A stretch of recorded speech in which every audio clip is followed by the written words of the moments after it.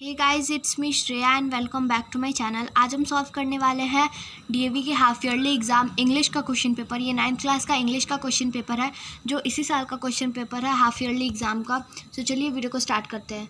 जो हमारा जो फर्स्ट जो क्वेश्चन है वो है हमारा पैराग्राफ। तो इसमें हमें क्या करना है, ये पैराग्राफ पढ़ना है और उसके बाद आंसर्स देने हैं क्वेश्चंस के। तो ये जो हमारा है ये पैराग्राफ है। पहले 3 पैराग्राफ आप लोग देख सकते हैं और आप लोग पढ़ भी सकते हैं। आप लोगों को बस वीडियो पॉज कर लेनी है। और आगे के जो हैं वो 5 यहाँ पर है, सॉरी 2 यहाँ पर है और एक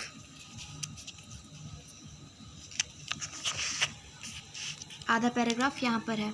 इसको पढ़ने के बाद हमें आंसर देने हैं। इनमें से किसी 10 के आंसर देने हैं हमें।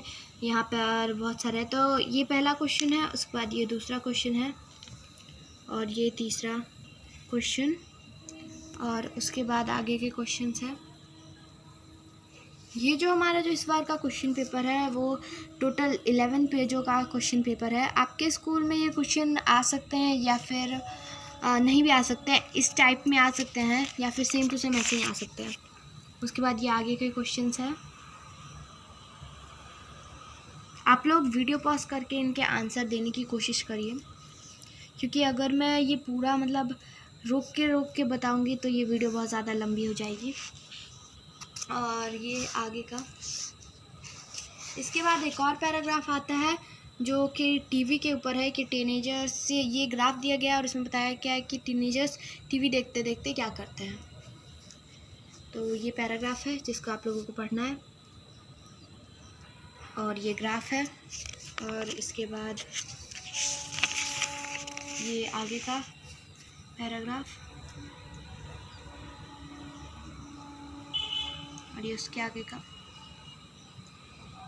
और इसके बाद हमें मल्टीपल चॉइस क्वेश्चन के आंसर देने हैं।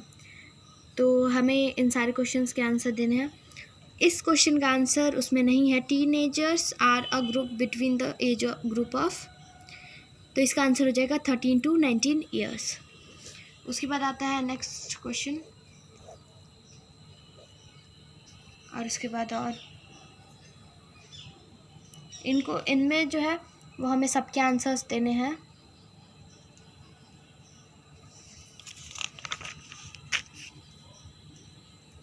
इसके बाद ट्रू फॉल्स आता है जिसमें है survey also informs us that teenagers are performing more than one additional activity alongside watching TV, तो इसका आंसर हो जाएगा ट्रू। इसके बाद आता है हमारा नेक्स्ट क्वेश्चन जो कि इसी से रिलेटेड है और इसके बाद आता है हमारा राइटिंग सेक्शन और ग्रामर। तो जो राइटिंग सेक्शन है उसमें हमें एक तो ये डायरी एंट्री आया है और दूसरा ये हमें नोट दिया गया है और हमें ये डॉक्टर राधा कृष्ण के ऊपर लिखना है। और उसके बाद जो B2 है उसमें हमें 2 स्टोरीज दी गई हैं। आप इन दोनों में से कोई भी एक स्टोरी के ऊपर आगे और लिख सकते हैं। मतलब यहाँ पर एक स्टोरी दी गई है और उसके आगे आपको अपने आप से बना के लिखना है। इसके बाद आता है नेक्स्ट क्वेश्चन। ये जो है वो ग्रामर है। ये हमारा इनडायरेक्ट और डायरेक्ट स्पीच है।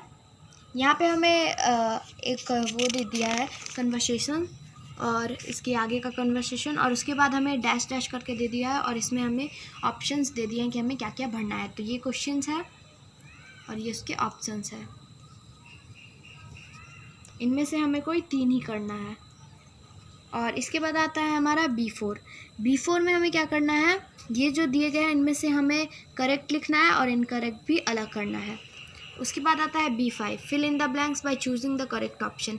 इसमें भी हमें कोई 3 ही करने हैं, तो ये हो जाएगा और ये इसका ऑप्शन हो जाएगा। इसके बाद आता है हमारा लिटरेचर में हमें पढ़ना है और उसके बाद आंसर देना है। मतलब इसमें एक दिया गया है उसको पढ़ना है और उसके बाद आंसर देना है। तो आप लोग इसका आंसर दे सकते हैं और यहाँ पर और लिखा हुआ है तो ये सेंट पीटर वाला आंसर दे सकते हैं। इसका क्वेश्चन हो जाएगा और ये इसका क्वेश्चन हो जाएगा। इसके बाद नेक्स्ट देख लेते हैं। नेक्स्ट हमारा आगे का और इसके बाद आता है हमारा लिखने वाला, मतलब जो आंसर्स देने होते हैं वो जो हम बुक से पढ़ते हैं। तो ये हो जाएगा क्वेश्चंस, और ये इन दोनों में से आपको ये लिख सकते हैं।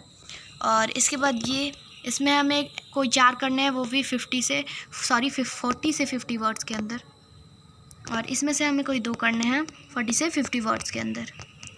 उसके बाद जो हमारा लास्ट है वो आता है answer the following in 100 to 120 words. इन दोनों में से, मतलब इन चारों में से हमें कोई 2 ही करने हैं, इन दोनों में से कोई एक और इन दोनों में से कोई एक, और इसके बाद जो है वो हमारा ख़त्म हो जाएगा पूरा क्वेश्चन पेपर। तो अगर ये क्वेश्चन पेपर आप लोगों को अच्छा लगा हो तो प्लीज़, अगर आप लोग चैनल पर नए तो सब्सक्राइब कर दीजिए और इस वीडियो को लाइक भी कर दीजिए। Thanks for watching and keep watching.